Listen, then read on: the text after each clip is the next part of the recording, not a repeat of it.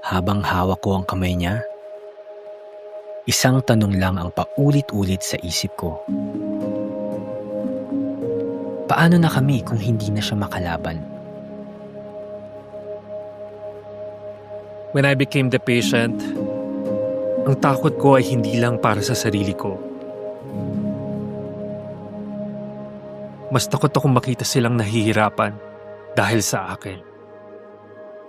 But because we prepared, my family didn't have to face the burden alone.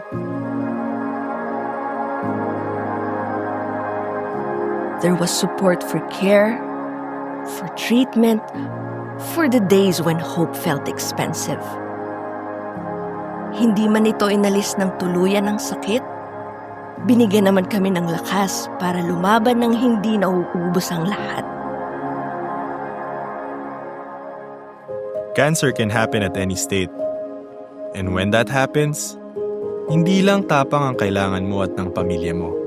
Kailangan ng pag-asa at ng proteksyong tutulong para sa mga pangarap na sabay na binubuo.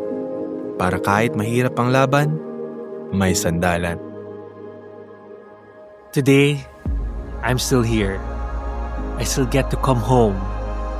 At sa bawat yakap nila, alam kong hindi lang buhay ko ang naprotektahan, pati ang bukas ng pamilya ko. For the people you care about, our reason is you. Count on us. Count on Prue.